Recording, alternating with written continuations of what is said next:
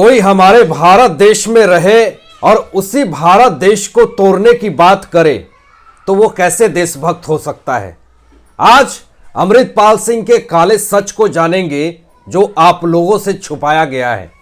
कितने लोगों की गिरफ्तारी हुई, क्या अमृतपाल का इनकाउंटर होने वाला है। मीडिया में कल सुबह से खबरें चली कि अमृतपाल गिरफ्तार हो चुका है, मगर पुलिस अब भी कह रही है कि वो फरार है, भगोड़ा है। इसके बहुत सारे मतलब हो सकते हैं दोस्तों। क्या पंजाब पुलिस इनकाउंटर की तैयारी कर रही है? कौन है खालिस्तानी अमृतपाल सिंह? ये कैसे देश को बर्बाद कर रहा था? अमित शाह जी को अमृतपाल सिंह किसके दम पे धमकी दे रहा था? नमस्कार, मैं आशीष राठौर आपका स्वागत करता हूं। 500 साल से हमारे पूर्वजों ने इस धरती पर अपना खून बहाया है। कुर्बानी देने वाले इतने लोग हैं कि हम उंगलियों पर गिना नहीं सकते हैं। इस धरती के दावेदार हम हैं। इस दावे से हमें कोई पीछे नहीं हटा सकता।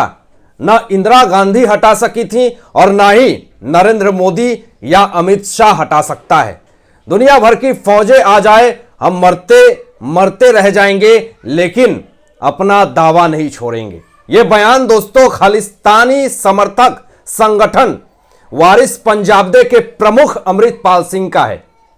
अमृतपाल के 78 साथियों को पंजाब पुलिस ने जलंधर के महतपुर इलाके से शनिवार को गिरफ्तार किया। अब यह गिरफ्तारी अजनाला थाने पर हमले से जुड़े केस में हुई है। जिस वक्त गिरफ्तारियां हो रही थी, अमृतपाल पुलिस से बचने के लिए फरार हो गए। पुलिस ने रात को प्रेस रिलीज में कहा कि उनकी अब भी तलाश जारी है।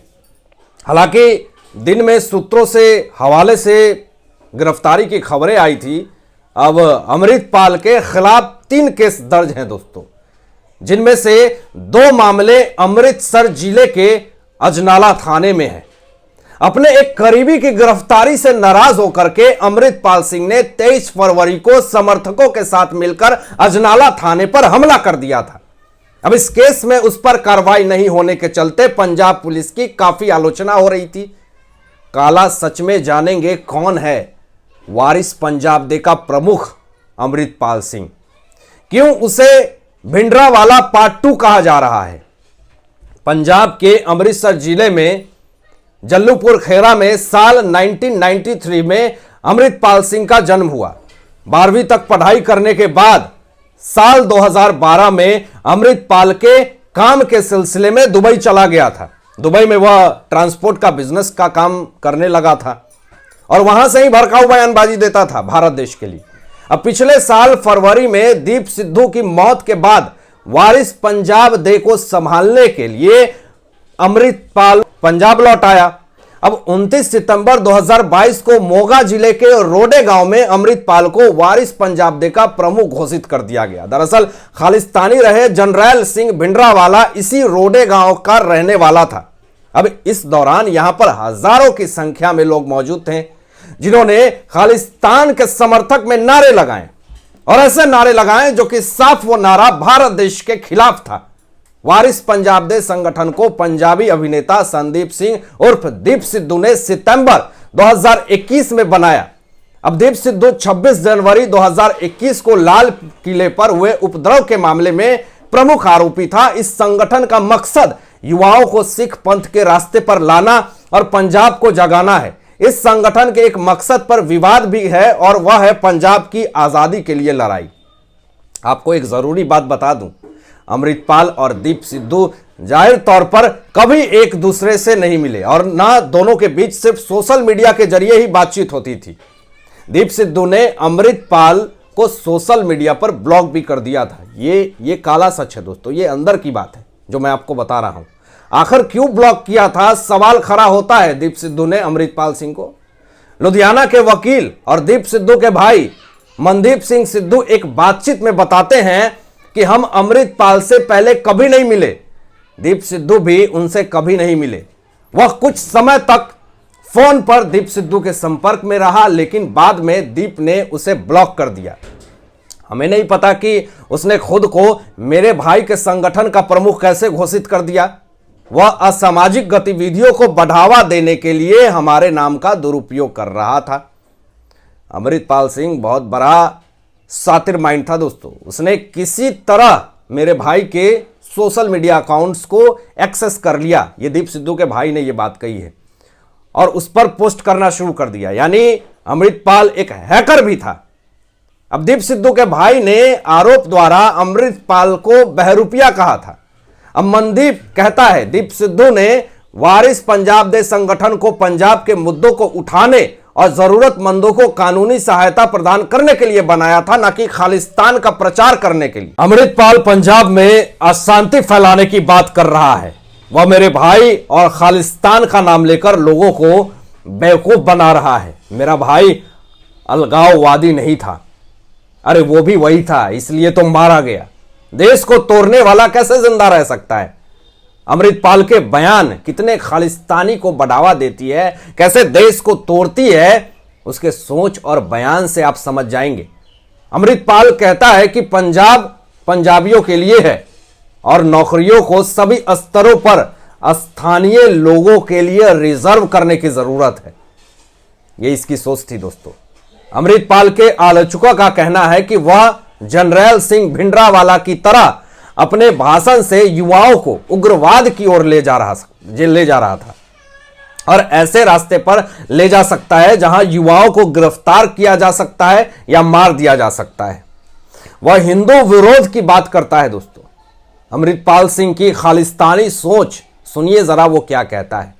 वो कहता है कि क्या गुरु गोविंद सिंह ने अपने बेटों की बलि नहीं दी थी? क्या होता अगर उन्होंने भी नतीजों के बारे में सोचा होता? तब सिखों का क्या होता? अमृतपाल कहता है मैं नहीं चाहता कि कोई मरे, लेकिन अगर किसी का बेटा सिख के लिए अपनी जान दे देता है तो वो गुरु का बेटा बन जाता है। यह मुस्लिम पाकिस्तानी आतंकी आईएसआई की ऐसी सोच होती है। कोई गुरु या भगवान किसी को मरने या मारने के लिए नहीं कहता। खालिस्तान समर्थक अमृतपाल सिंह केंद्रीय गृह मंत्री अमित शाह जी को भी धमकी दे चुका है। अमृतपाल ने पिछले महीने कहा था कि इंदिरा गांधी ने भी दबाने की कोशिश की थी, क्या हश्र हुआ। अब अमित शाह अपनी इच्छा पूरी करके देख लें, उनका भी वही हश्र होगा। यह बात अमृतपाल सिंह ने धमकी दी थी अमित शाह जी को। अमित शाह जी ने कुछ दिन पहले कहा था कि पंजाब में खालिस्तान समर्थकों पर हमारी नजर है। अमृतपाल से शाह के बयान को लेकर सवाल किया गया था।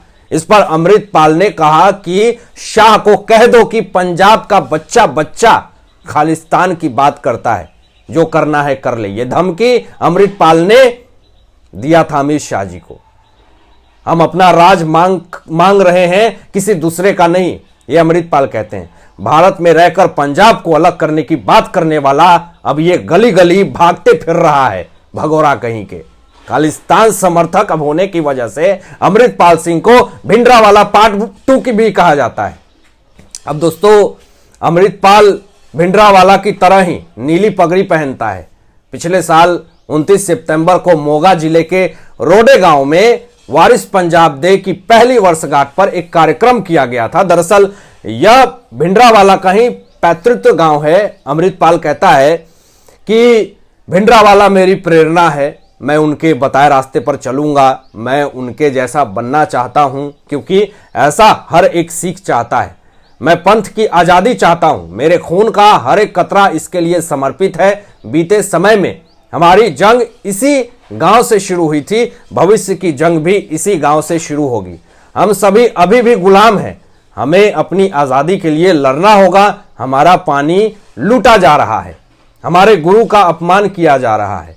पंथ वास्ते जान देने के लिए पंजाब के हर एक युवा को तैयार रहना चाहिए। कैसे खालिस्तानी अमृतपाल युवा को भड़काता था। देखें, आपने सुने इनके बयान कितने भड़काऊ थे। अपनी घटिया सोच से इसने पूरे पंजाब के युवा को पथभ्रष्ट कर दिया था। शायद अमृतपाल को किसी ने बताया नहीं कि हम अंग्रेजों से आजाद भारत देश में रहते हैं, कोई राज्य गुलाम नहीं है। दोस्तों, कौन था जनरल सिंह भिंडरावाला जिसे अपनी प्रेरणा बताता है अमृतपाल? एक शब्द में आप समझ जाएंगे। जाने माने सिख पत्रकार खुशवंत सिंह का कहना था कि भिंडरावाला हर सिख को 32 हिंदुओं की हत्या करने को उकसाता था। उसका कहना था कि इससे सिखों की समस्या का हल हमेशा के लिए हो जाएगा। इस सोच का समर्थन करता था खालिस्तानी अमृतपाल सिंह।